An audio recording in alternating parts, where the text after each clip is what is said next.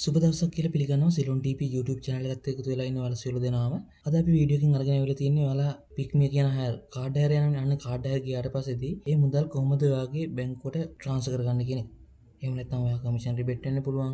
එහෙම නැත්නම් පික්මේකින් ඔයා ටාගට් එකක් කම්ප්ලීට් කළා වගේ ඉන්සෙන්ටිව් එකක් කරලා වෙන්න පුළුවන්. ඒතකොට මේ මුදල් ඔයාගේ පික්මේ ගිණුමට වැටුණාට පස්සේදී පික්මේ එකේ තියෙන මුදල් කොහොමද ඔයාගේ බැංකුවට මාරු කරගන්න කියන ක්‍රමවේදය තමයි අද අපි මේ වීඩියෝ එකකින් අරන් ආවිල්ලා තින්නේ. ඒතර වීඩියෝ එකට යන්න කලින් channel එකට අලුත් කෙනෙක් නම් අනිවාර්යයෙන්ම channel එක subscribe කරන්න, ඒ වගේම like කරන්න වීඩියෝ හොඳයි නම්, ඒ වගේම යාළුවන්ට බලන්න share කරන්න. මොනවා හරි ප්‍රශ්නයක් තියෙනවා නම් අනිවාර්යයෙන්ම comment එකක් දාන්න. අපි ඒකට වැඩ පිළිතුරක් ලබා දෙනවා. හරි. අපි වීඩියෝ එකට මුලින්ම ඔයා පික්මී app එක open කරලා පස්සේදී ඔයාලා දැන් දන්නේ නැහැනේ කොහොමද ඔයා සල්ලි transfer කරගන්න තියෙනවද එහෙම නැත්නම් පික්මී එකට ගෙවන්න තියෙනවද කියලා. ඒ දේවල් බලාගන්න ඔයා මුලින්ම කරන්න තියෙන්නේ ඔයාගේ මෙන්න පික්මී app එක home interface එක මේ විදිහට පෙන්නනවා. ඒතර මෙතන උඩ මෙන්න ඔයාගේ වම් පැත්තේ උඩ තියෙනවනේ මේ ඔයාගේ රූපයක් පෙන්නනවානේ. අනේ රූපෙට එකපාරක් ටච් කරන්න. ඒකට ටච් කරාට පස්සේදී හෝම් මූල්‍ය විස්තර විදිහට කීපයක් තියෙනවා. ඒතර ඒක යන්න ඕන. මෙන්න මූල්‍ය විස්තර කියන එකට මූල්‍ය විස්තර කියනකොට එකපාරක් ටච් කරාට පස්සේදී ඔයාලට ආමත් වෙනවා මගේ ගිණුම සාරාංශය විදිහට. ඔයා මෙතන මේ මගේ ගිණුම කියනකොට එකපාරක් ටච් කරන්න. මේකට ටච් කරාට පස්සේදී ඔන්න ඔයා දැන් යන්නේ මේකෙන් කරන ගෙවීම, මේකෙන් කරන අඩු කිරීම. මේ හැම දෙයක්ම වැටෙන්නේ ඔයාගේ මෙන්න මේ මගේ ගිණුම කියන තැනට තමයි වැටෙන්නේ. ඒතර ඔයාගේ මෙන්න මෙතන උඩ ශේෂය කියන තැන කොළ පාටින් ගානක් පෙන්වනවා නම් ඒ ගාන තමයි ඔයාගේ බැංකුවකට ට්‍රාන්ස්ෆර් කරන්න පුළුවන් මුදල විදිහට තියෙන්නේ. ඒතර මගේ මෙතන පේමන්ට් එක දැනට තියෙනවා. මගේ බැංකුවට ට්‍රාන්ස්ෆර් කරන මුදල විදිහට රුපියල් 26100 ප්‍රමාණයක්. ඒතර මම මේ හයර් ගිහිල්ලා ඒ වැටිච්ච ප්‍රමාණය තමයි මේ තියෙන්නේ. ඒතකොට ඔයාලට මෙන්න මේ මුදල මෙතන ඔයාගේ ශේෂය විදිහට කොළ පාටින් පෙන්වන මුදල ඔයාගේ බැංකුවට මාරු කරගන්න පුළුවන්. හරි. දැන් අපි බලමු කොහොමද මාරු කරගන්නේ කියලා. අපි කිව්වා මෙතන මේ උඩ කොළ පාටින් පෙන්වන මුදල තමයි ඔයාලට ඔයාගේ බැංකුවට මාරු කරගන්න පුළුවන් මුදල විදිහට තියෙන්නේ. ඒතර ඔයා කරන්න ඕන ඔයාගේ මෙන්න මේ උඩ කොළ පාටින් පෙන්වන මුදල උඩ තියෙනවා මාරු කිරීම. බැංකුවට මුදල් මාරු කරන්න කියන පැත්තේ දකුණු පැත්තේ කොළ පාට කොටුව තියෙනවා මාරු කිරීම කියලා. මෙන්න මේ මාරු කිරීම කියන එක ටච් මේ මාරු කිරීම කියන එක ටච් කරාට පස්සේදී ඔයාලට එනවා උඩින් බැංකුවට මුදල් මාරු කරන්න කියලා ආයමත් කොටුවක්. අන්නේ කොටුවේ දාන්න තියෙන්නේ ඔයාලට බැංකුවට මාරු කරගන්න අවශ්‍ය මුදල් ප්‍රමාණය. හැබැයි නමුත් ඔයාලා තාම ඔයාගේ බැංකුවකට යන්න ඔයාගේ බැංකු විස්තර ටික දීලා නැහැ. ඒතර ඔයා මුලින්ම කරන්න ඕන ආයමත් අර ඉරිතුරු ටච් කරලා මගේ විස්තර කියන එකට යන්න. මගේ විස්තර කියන එකට ගියාට පස්සේදී චුට්ටක් මෙතනින් පහළට යන්න. පහළට ගියාට පස්සේ තියෙනවා මගේ තොරතුරු කියලා. මෙන්න මේ මගේ තොරතුරු කියන තැන එකපාරට ටච්. මෙතන ටච් කරලා පස්සේ ඔයාලට අර ටැබ් එකකින් ඕපන් වෙනවා. ඒකේ තියෙනවා මගේ තොරතුරු කියන එකට දාලා ගොඩක් විස්තර. මේකේ යට තියෙනවා තුන්වෙනියට බැංකු ගිණුමේ තොරතුරු.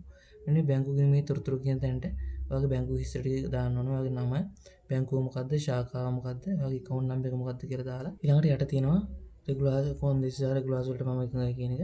ඒතකොට ඒකට කොටු ලකුණටත් හරි ලකුණ දාන්න ඕන. කොන්දේසි රෙගුලාර්ස් වලට මම එකඟයි කියන එකටත් හරි ලකුණක් දාලා යට තියෙන ඉදිරිපත් කරන්න කියන එක ටච් කරාට පස්සේ දැන් මම සම්බන්ධ කරන්න කියලා අන්නේ සම්බන්ධ කරන්න කියන එක ටච් කරා. ඊට පස්සේ දිවා පික්මේක රෙජිස්ටර් වෙන ෆෝන් නම්බර් එකට අංක 4ක OTP කෝඩ් එකක් ආයෙමත් යනවා.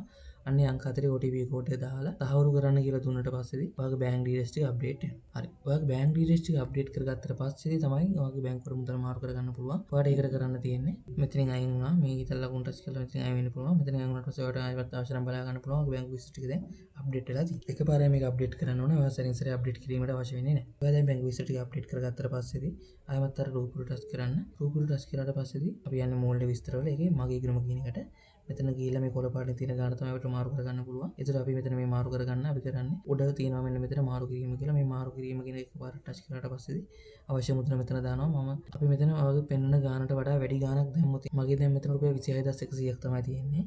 හැබැයි ඔයාලට පේනවා මම මෙතන ඊට වඩා වැඩි ගානක් දාන්න ගියොත් රතු පාටින් වැටෙනවා.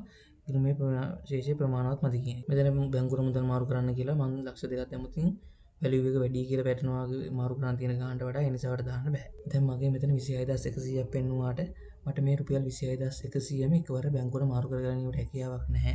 මෙතනින් මට උපරිම එකවරකට මාරු කරන්න පුළුවන් රුපියල් 10000ක් විතර. ඒ විදිහට ඔයාලට දවසට 3 පාරක් රුපියල් 30000ක් වෙනකන් උපරිම රුපියල් 30000ක් වෙනකන් ඔයාගේ බැංකුවට මාරු කරගන්න පුළුවන්. ඊට වඩා මාරු කරගන්න අවශ්‍ය නම් ඔයාලට හෙට දවසේ තමයි ආයෙමත් උත්සාහ කරන්න වෙන්නේ. හරිද? ඒතර ඔයා මෙතන කරන්න තියෙන්නේ ඔයාගේ මෙන්න මේ කොටුවේ මෙතන මාරු කරන්න කියන ටච් කරලා පස්සේ දෙන කොටුවේ අවශ්‍ය රුපියල් 10000 නම් එහෙම නැත්නම් රුපියල් 500 නම් ඒවට අවශ්‍ය මුදල මෙතන ටයිප් කරලා මේ යට තියෙන මාරු කිරීම කියන ටච් කරලාට පස්සේදී දැන් ඔයාගේ අර ඔයා අප්ඩේට් කරපු බැංකු ගිණුමට තත්පර 3-4ක් ඇතුළත සල්ලි මාරු වෙනවා. ඔයාගේ ෆෝන් එකට SMS එක එනවා නම් ඔයාලට බලා ගන්න පුළුවන් ඔයාගේ බැංකුවට සල්ලි මාරු වෙලා තියෙන්නේ කියලා. ඒ විදිහටම තවත් කියන්න අවශ්‍ය දෙයක් තියෙනවා. ඒ තමයි ඔයාලට දැන් මෙතන මම කිව්වනේ රුපියල් 30000ක් තමයි ඔයාලට උපරිම මාරු කරගන්න පුළුවන් කියලා. හැබැයි ඒ 30000 ඔයාලට රුපියල් 10000 දැන් මාරු කළා. ඊට පස්සේදී ආයෙමත් එවෙලෙම ඔයාලට රුපියල් 10000 මාරු කරගන්න පුළුවන් කමක් නැහැ. ඔයා ආයෙමත් රුපියල් 10000 මාරු කරගන්න නම් තවත් විනාඩි 15ක් රැඳිලා ඉන්න ඕනේ. ඒ කියන්නේ පළවෙනි රුපියල් 10000 මාරු කරගත්තට පස්සේදී එහෙම නැත්නම් මම මේ කියන්නේ රුපියල් 10 නෙමෙයි. ඉතින් අපි රුපියල් 500ක් තමයි මාරු කරේ කියලා. හැබැයි රුපියල් 500ක් මාරු කළා වෙන්න පුළුවන්. හැබැයි ඔයාලට ඊළඟ එක මාරු කරගන්න ආයෙමත් මාරු කරගන්න වගේ සල්ලි තියෙනවා නම් ඉතින් මෙහෙම දෙයක් හිතන්න. සරලවම ඔයාගේ රුපියල් 1000ක් තියෙනවා. හරිද? ඔයාගේ රුපියල් 1000ක් තියෙනවා. ඒතර මේ 1000 ඔයා මුලින් රුපියල් 500ක් තමයි මාරු කරන්නේ.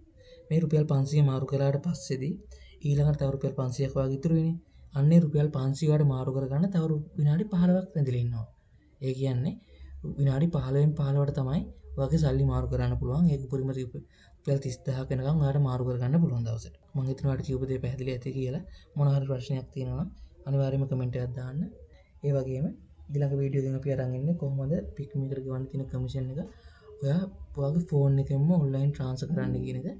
ඒ නිසා ආරාධනා කරනවා channel එකත් එක්ක දිගටම රැඳිලා ඉන්න.